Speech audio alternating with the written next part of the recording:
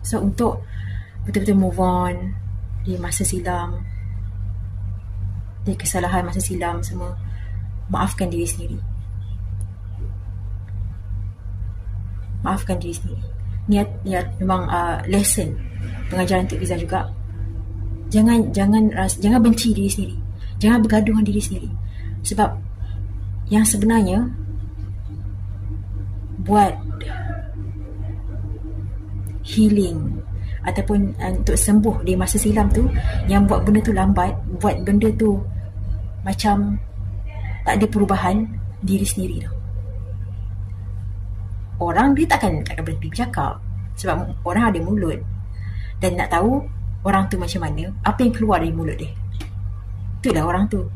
Kalau orang yang betul-betul sihat, high vibration, ada growth mindset, benda lama is lama, dia takkan ungkit-ungkit. Tapi bila kita pandang sudut positif, kalau orang ungkit-ungkit, kita rasa trigger, kita rasa macam down ke apa. Ambil benda tu opportunity, advantage, peluang untuk tengok balik masa silam kita tu, betul-betul move on. Macam mana betul-betul move on? Maafkan diri sendiri. Maafkan diri sendiri. Kita tengok balik, tengok diri sendiri, maaf, betul. Borak-borak dengan diri sendiri, maafkan diri sendiri. Sebab orang lain, orang keliling kita boleh bagi semangat, boleh kata-kata semangat, support. Tapi kalau diri sendiri tak buat benda baik kat diri sendiri, benda tu akan sentiasa trigger kita. Kita tak dapat nak teruskan kehidupan.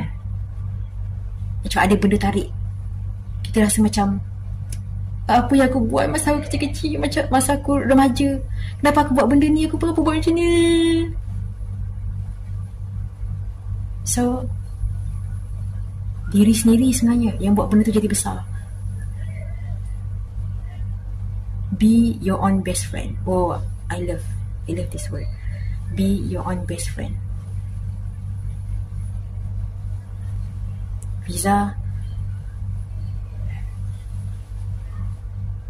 dapat teruskan kehidupan, dapat balik keyakinan diri, dapat balik semangat, macam-macam jadi. Bisa macam mati hidup balik, mati hidup balik, mati hidup balik. Kunci dia, be your own best friend. Okay? Be your own best friend. Support diri sendiri, bagi kata semangat kat sendiri. Naikkan semangat sendiri. Naikkan semangat diri sendiri. Support diri sendiri.